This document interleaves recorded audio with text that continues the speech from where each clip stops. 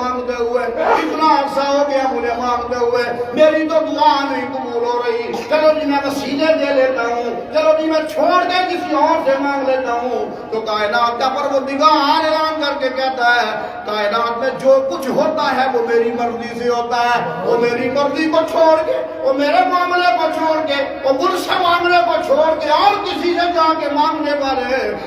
جا کے منوا اعلی کائنات میں کوئی تیری سن نہیں سکے گا۔ پھر جب اللہ رب العالمین کا در چھوڑ کے وہ کسی اور کے در پہ جا کے مانگنا شروع کرتا ہے نا تو کیفیت یہ ہوتی ہے، پھر کبھی جانوروں کا پجاری بنتا ہے، پھر کبھی پتھروں کا پجاری بنتا ہے، پھر کبھی قبروں کا پجاری بنتا ہے، لیکن مالہا من قرار،